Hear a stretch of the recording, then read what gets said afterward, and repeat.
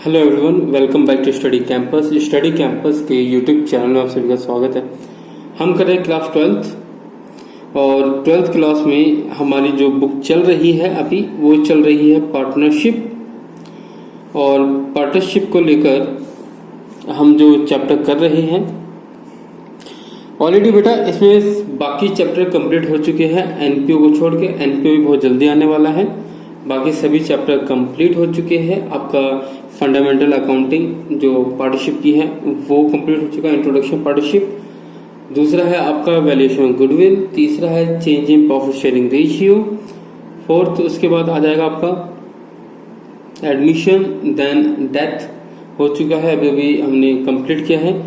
Retirement अभी नहीं किया है, क्यों? क्योंकि एडमिशन और रिटायरमेंट में ऑप्शन है जो कि ऑलमोस्ट हर बार आता है। इसी वजह से अभी मैंने सिर्फ आपको जो क्वेश्चन जो दिए हैं, जो मैंने चैप्टर कराए हैं वो है बेटा सर एडमिशन के। अभी हम रिटायरमेंट के भी करेंगे आने वाली वीडियोस में। सिलेबस पूरा होगा, हर एक चैप्टर होगा बेटा। लेकिन अब हम जो करेंगे बेटा वो हम करने वाले हैं डिसोल्यूशन पार्टनरशिप का सबसे लास्ट वाला चैप्टर डिसोल्यूशन। मैं आपको बुक में दिखा देता हूं कि कौन सा चैप्टर है वो हमारा। अगेन बेटा इम्पॉर्टेंट चैप्टर हम कह सकते हैं dissolution of a partnership form. तो ये वाला चैप्टर हो चुका है, ये हो चुका है, ये हो चुका है, ये हो चुका है, ये हो चुका है, और अब डिसोल्यूशन ऑफ पार्टनरशिप फॉर्म की बारी। ठीक है। और जो बच्चे मेरे पास पढ़ते हैं मेरी कोचिंग सेंटर में, स्पेशली उनके लिए पार्टनरशिप मुझे कंप्लीट करानी थी, तो वो मैं आपके लिए कंप्लीट करा रहा हूँ बेटा इस चैप्टर के बाद। और अभी ये सिलेबस आपके लिए काफ़ी है। इसके बाद हम करेंगे बेटा बिजनेस स्टडी को। उसके कुछ चैप्टर 3-4 चैप्टर है, वो पहले वो कंप्लीट करेंगे हिंदी मीडियम से। देन फिर दोबारा देखेंगे अकाउंटिंग के ऊपर, दोबारा आएंगे। और इकोनॉमिक्स हो पाए तो इकोनॉमिक्स भी करेंगे। तो जैसे जैसे टाइम मिलेगा वैसे वैसे करते चले जाएंगे। तो बेटा ये जो आपका जो चैप्टर है, अगर हम इसकी बात करें तो डिसोल्यूशन वाला जो चैप्टर है आपका, मैं शॉर्टकट में लिखूंगा डिसोल्यूशन। चैप्टर का नाम है डिसोल्यूशन ऑफ फर्म या पार्टनरशिप फर्म। ठीक है। यहाँ पर ये ध्यान देने वाली बात है कि फर्म लिखा हुआ है।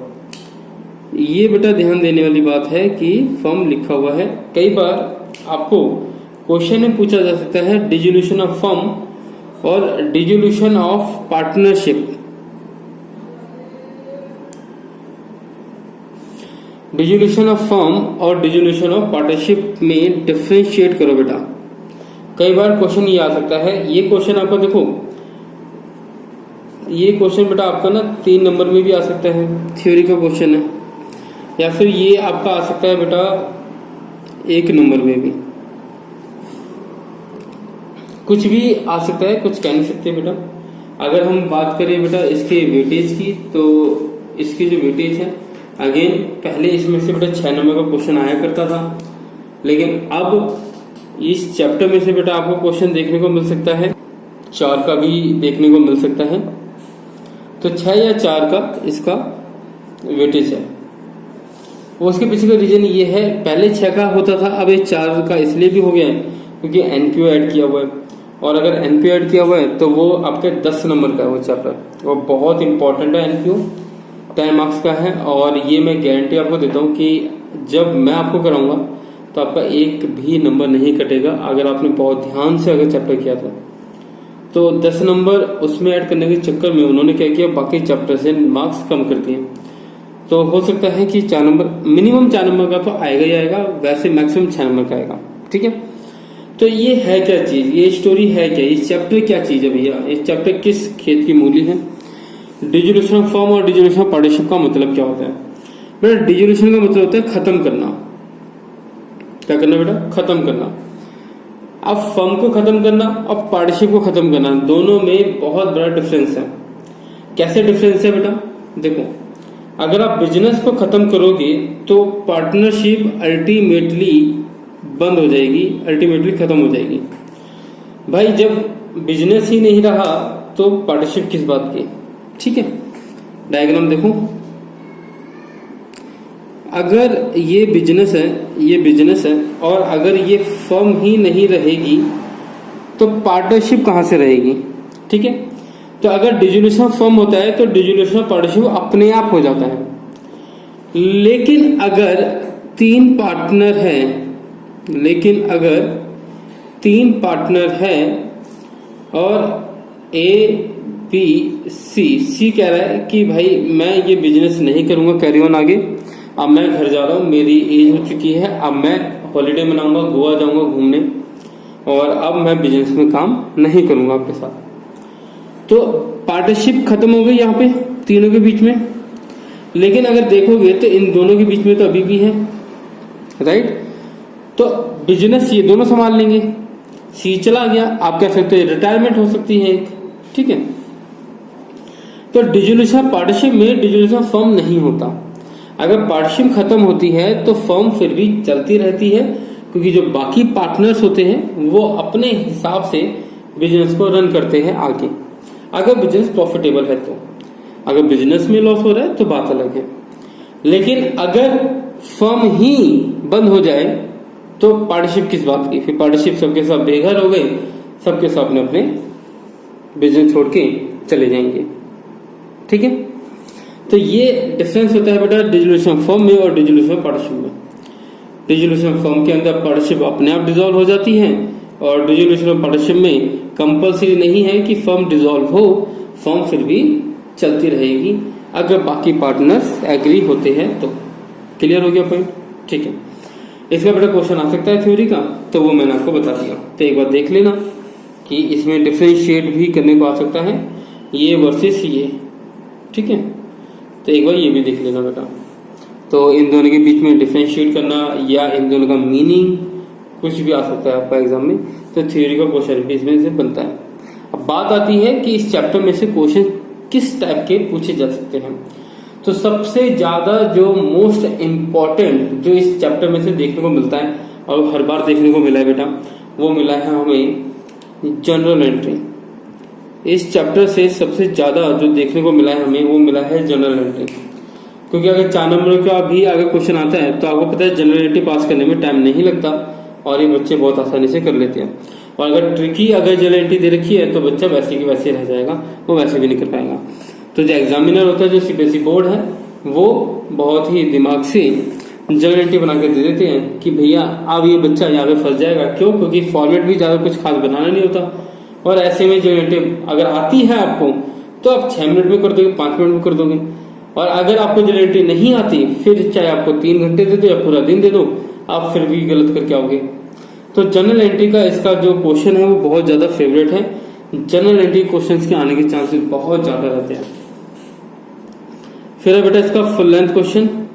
फुल लेंथ क्वेश्चन देखो आता तो है, लेकिन इतना इंपॉर्टेंट नहीं कह सकता मैं फुल लेंथ क्वेश्चन, क्योंकि जो सीबीएसई बोर्ड है वो टाइम मैनेजमेंट भी देखता है कि कितना टाइम किस क्वेश्चन में लगेगा।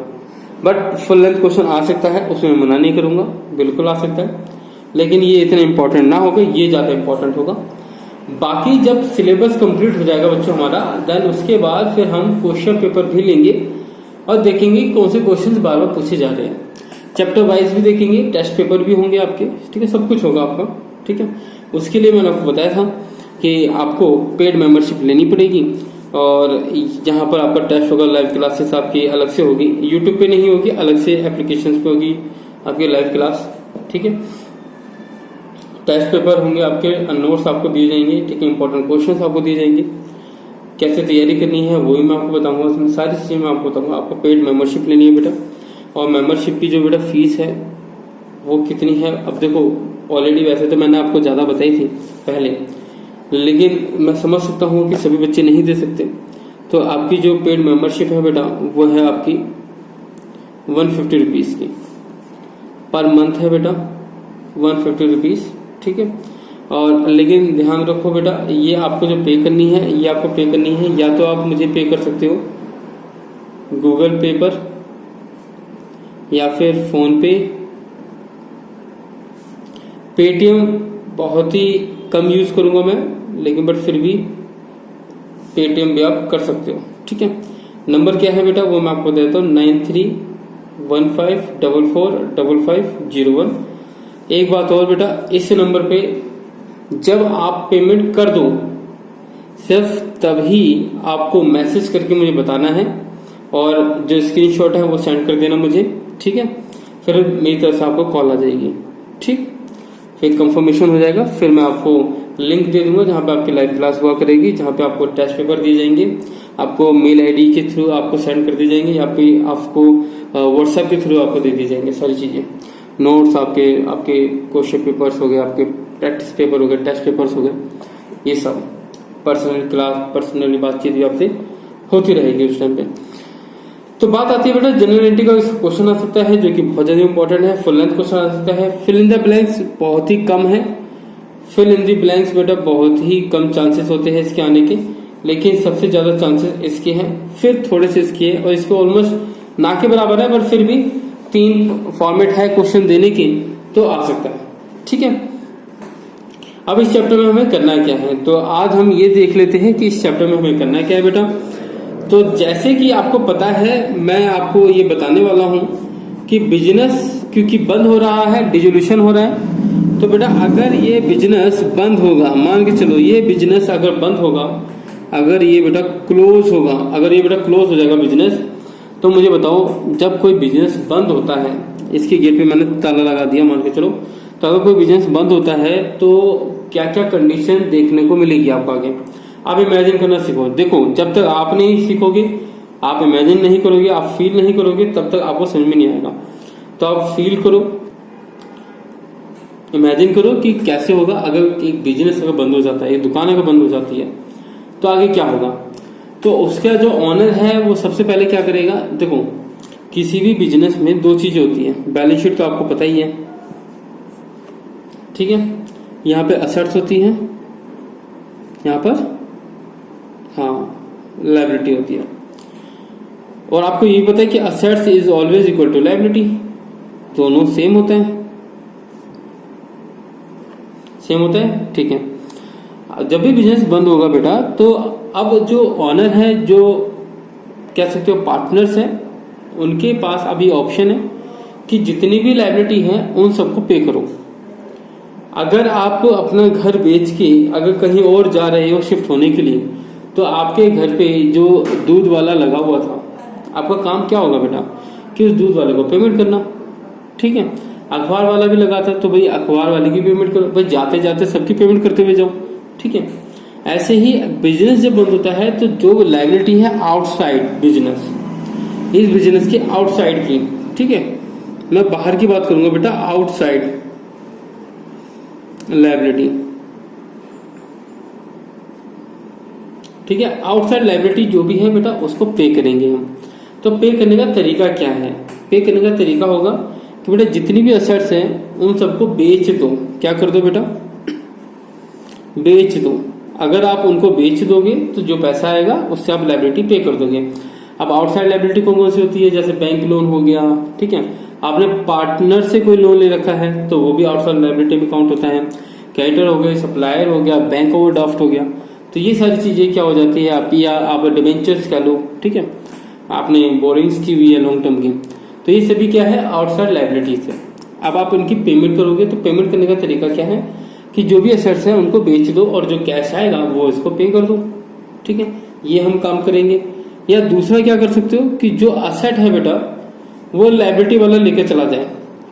मतलब लायबिलिटी से मेरा मतलब है बेटा कि क्रेडिटर है, अब क्रेडिटर कह रहा है कि आप मुझे चेक बना के दे दो, मैं चला दूंगा, या फिर आपके पास जो बिल्स रिसीवेबल था, जो बीआर था, वो मुझे दे दो, या आपके पास कोई असेट होगी तो वो मुझे दे दो। भाई वो आपके पास टीवी थी, मैं टीवी ले जाऊंगा। ठीक है, तो कई बार क्या होता है कि असेट्स या तो आप बेच के पेमेंट करोगे लायबिलिटी की, या तो लायबिलिटी वाला उस असेट को ले जाएगा अपने घर, तो भी सेटलमेंट हो गया। Clear point. ठीक, तो असेट्स के साथ तो बेटा आप 2 चीजें कर सकते हो। क्लियर है पॉइंट। और कुछ कर सकते हो? नहीं कर सकते। ठीक है, तीसरा काम और हो सकता है बेटा। तीसरा काम क्या हो सकता है कि बिजनेस का जो ऑनर है उसको वो पसंद आ गया, जैसे कोई पार्टनर कहता है कि बिजनेस में जो गाड़ी लगी हुई थी वो गाड़ी मुझे पसंद है, तो वो गाड़ी मैं ले जाता हूँ, लेकिन इसके बदले में मैं पेमेंट कर दूंगा लाइबिलिटी वाले को। तो कैटर को मैं पेमेंट कर दूंगा, या जैसे या 20 पेबल को मैं पेमेंट कर दूंगा, या बैंक ओवरड्राफ्ट मैं भर के आ जाऊंगा अपने जेब से, बस ये गाड़ी मुझे चाहिए, तो इस गाड़ी की जो भी कीमत है उसके हिसाब से मैं पैसा दे दूंगा। तो कई बार क्या होता है कि जो ऑनर होता है, जो पार्टनर होता है, कई बार वो असेट ले जाता है। तो कई बार पार्टनर्स असेट ले जाते हैं। तो असेट के साथ आप 3 काम कर सकते हो, या तो बेच कर पैसा लाओगे, उसको पे करोगे, या तो लाइबिलिटी वाले को ही दे दोगे कि ले भाई जा, या फिर कोई पार्टनर कहेगा कि भाई मैं ले जाता हूँ और इसके बदले पैसा लाके दे दूंगा। ठीक है, तो 3 चीजें हो सकती हैं असेट्स को लेकर। तो ये सारी चीजें हमें करनी होती है इस चैप्टर के अंदर, और इस चैप्टर में जब हम इस चीज को करेंगे तो हमें कौन कौन से अकाउंट बनाने पड़ेंगे बेटा। वो अकाउंट हमें जो बनाने पड़ेंगे वो बनाना पड़ेगा नंबर 1 रियलाइजेशन अकाउंट। हमने इससे पहले रीवैल्यूएशन अकाउंट देखा था, जिसे हम रीवैल्यूएशन करते हैं, दोबारा से वैल्यूएशन करते हैं असेट्स और लायबिलिटी की। यह है रियलाइजेशन, मतलब कितने में रियलाइज हुआ है, असेट कितने में बिका है, या लायबिलिटी अगर पे हुई है तो कितने में पे हुई है। कई बार देखो बिजनेस की हालत खराब है तभी तो बिजनेस बंद हुआ है। तो कई बार जो क्रेडिटर होते हैं, जो सप्लायर होते हैं, वो बोलते हैं कि चलो देने दे तुम्हें 10,000, तुम 200 रुपये कम दे देना। ठीक है, तो ऐसे में हमें 200 रुपये का बेनिफिट हो जाता है उस टाइम पे, क्योंकि हमें कम पैसा देना पड़ता है। तो ये सारी चीजें हमें यहाँ पे देखनी होगी। तो रियलाइजेशन अकाउंट सबसे पहले बनेगा बेटा। उसके बाद जो बनेगा, अगर किसी पार्टनर का लोन है, पार्टनर का, उसकी वाइफ का, उसके बच्चे का, उसके चाचा ताऊ ताई चाची मामी, उसका नहीं, ओनली उसी पार्टनर का बस। अगर किसी पार्टनर का लोन है तो उसका पार्टनर का लोन अकाउंट अगर है तो, अगर नहीं है तो आपको नहीं बनाना होता। क्लियर हो गया पॉइंट?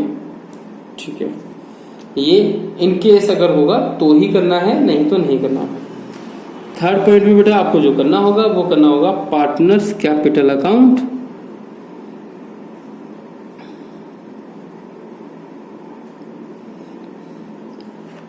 ये कंपलसरी है, ये तो आपको बनाना पड़ेगा। फोर्थ जो है बेटा वो है आपका कैश या फिर बैंक अकाउंट। बच्चे इसके अंदर आपको बैलेंस शीट नहीं बनानी होती, क्योंकि यहाँ पे आप बैलेंस शीट को ही खत्म कर रहे हो, इसकी सारी असेट्स उठा के बेच रहे हो और इसकी सारी लायबिलिटी को पे कर रहे हो। तो जब बेटा आप ये काम कर रहे हो तो ऐसे में बैलेंस शीट तो बचेगी ही नहीं, तो आप नई बैलेंस शीट बना भी नहीं सकते। और दूसरी बात ये भी है कि आप बैलेंस शीट बनाओगे भी तो क्यों बनाओगे, जब बिजनेस ही नहीं रहा तो बैलेंस शीट बनाने का क्या पर्पज है। ठीक है, तो इस वजह से बैलेंस शीट नहीं बनती। तो लास्ट में जो आपका बनता है वो कैश या फिर बैंक, इन दोनों में से कोई भी एक बनाना होता है। अब अगर आपके मन में ये क्वेश्चन है कि सर कौन सा बनाए, कैश बनाए या बैंक बनाए, तो मेरी बातें बहुत ज्यादा ध्यान से सुनो। अगर बेटा आपको क्वेश्चन में जो बैलेंस शीट गिवन है उस बैलेंस शीट के अंदर अगर सिर्फ कैश दे रखा है या फिर सिर्फ बैंक दे रखा है, अगर कैश दे रखा है तो कैश अकाउंट बनाओ, बैंक दे रखा है तो बैंक अकाउंट बनाओ। अगर इन दोनों में से कोई एक दे रखा है तो वही बना दो। लेकिन अगर बाई चांस दोनों ही दे रखे हैं तो ऐसे में आप बैंक अकाउंट बना लेना और कैश का बैलेंस उसमें ट्रांसफर कर देना। वो मैं आपको समझा दूंगा जब हम क्वेश्चन करेंगे। समझ में आ गई? अगर बैलेंस शीट में जो क्वेश्चन में जो बैलेंस शीट आपको गिवन होगी उसमें अगर कैश दे रखा है तो कैश का अकाउंट बना दो, बैंक दे रखा है तो बैंक का बना दो, और अगर दोनों ही दे रखे हैं तो आप बैंक का बना देना, कैश का बैलेंस में ट्रांसफर कर देना। बात समझ में आ गई? ठीक है, और इन दोनों का अमाउंट सेम होना चाहिए। अगर इन दोनों का अमाउंट सेम है तो इसका मतलब आपका आंसर बिल्कुल सही है। ठीक है, अब आप कहोगे सर ऐसा क्यों, कैश और बैंक का बैलेंस, मतलब आप कोई भी अकाउंट बनाते हो इन दोनों में से तो उन दोनों का डेबिट और क्रेडिट का जो बैलेंस है और जो टोटल है वो इक्वल क्यों आना चाहिए, और उससे आंसर सही कैसे पता चलता है। तो बेटा वो हम जब क्वेश्चन करेंगे तब पता चलेगा। लेकिन अभी आपके पास टाइम है, जो आपको लगता है कि आपके जो फ्रेंड है वो और जो वो जहाँ भी पढ़ते हैं, मैं ये नहीं कहूँगा कि गलत है जो भी है, बट एक ट्रिकी क्वेश्चन आपको ही पता होना चाहिए कि इन्फॉर्मेशन सिर्फ आपको है या किसी और को भी है। दिक्कत क्या है आजकल के बच्चों में कि आप क्वेश्चंस नहीं करते। ठीक है, ऋतिक कुछ क्वेश्चन करता है लेकिन वो बिना हाथ पैर के होते हैं, सर पैर के होते हैं, वो कुछ भी पूछ लेता है। वो कुछ क्वेश्चन सच में बिना सर पैर के होते हैं, उनका कोई मतलब नहीं होता, बट जो कुछ क्वेश्चन जो पूछने चाहिए वो नहीं पूछ पाते। ठीक है, तो ये क्वेश्चन मैं आपके माइंड में डाल रहा हूँ, आई होप आपको आंसर मिलेगा कहीं ना कहीं जरूर, कि क्यों जरूरी है कैश और बैंक का बैलेंस इक्वल होना। मतलब कैश अकाउंट बनाते हो तो कैश का डेबिट बैलेंस क्रेडिट बैलेंस दोनों इक्वल होना, या बैंक अकाउंट बनाते हो तो बैंक का डेबिट बैंक का क्रेडिट दोनों ही जो अमाउंट है वो दोनों इक्वल क्यों होना जरूरी है डिसोल्यूशन ऑफ फर्म में, ऐसा क्यों होता है। ठीक है, तो ये क्वेश्चन है बेटा, और जो इसका आंसर लेके आएगा उसके लिए बेटा तालियां। नेक्स्ट वीडियो में उसका नाम जरूर अनाउंस करूंगा मैं, जिसने भी इसका आंसर दिया। आप कमेंट करके मुझे आंसर बता सकते हैं। तो आशीष के लिए स्पेशली, और आपका बादल आपके लिए भी है, और जो भी बच्चे इस वीडियो को देख रहे हैं उन सभी बच्चों के लिए है। आप अपने दोस्तों से पूछो और टीचरों से पूछो, देखो कि आपका आंसर आपको मिलते हैं या नहीं मिलते। ठीक है, तो बेसिक ट्रिक है, एक तो लाइक और शेयर ठोक दीजिए, महाकाल का दबा के लाइक और शेयर ठोक लीजिए, 5000 लौटे दिख जाना चाहिए। ये 4000 के लिए मैं यहाँ पे नहीं खड़ा हूँ, पूरा साल मेहनत करता हूँ आपके लिए बेटा। ऐसा नहीं चलेगा, ऐसा नहीं चलेगा। लाइक ठोकी, दबा के लाइक ठोकिए। यहाँ पे देखिए, ऐसा क्वेश्चन चुटकी बजाते ही सॉल्व करना सिखा देता हूँ। एक्स का चलो बच्चों, मिलते हैं नेक्स्ट वीडियो में, तब तक के लिए टाटा बाय बाय। अच्छा, अपना बहुत अच्छा ख्याल रखो और अच्छे से पढ़ाई करो बेटा। बोर्ड एग्जाम है आपके, अच्छे अच्छे नंबर लेके आओ इसमें। मिलते हैं नेक्स्ट वीडियो में। अगर वीडियो अच्छी लगे तो लाइक करके कमेंट कर देना। ठीक है, सब्सक्राइब कर देना चैनल को, और दोस्तों के साथ शेयर करो अपने स्कूल ग्रुप में। ठीक है, ओके बाय।